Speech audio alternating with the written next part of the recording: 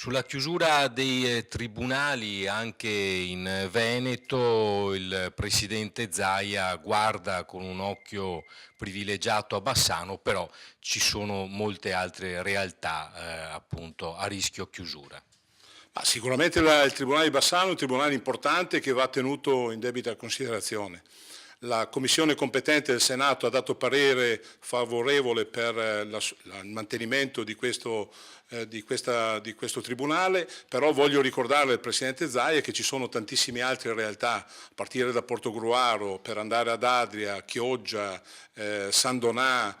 Dolo, che sono nella identica situazione, quindi chiederemmo al Presidente Zaia di voler bene a tutti i cittadini veneti, di agire perché il Parlamento legiferi in maniera intelligente, razionale e faccia sì che non ci sia una concentrazione rispetto ai grandi tribunali, sto pensando a quello di Venezia, dove già adesso cittadini,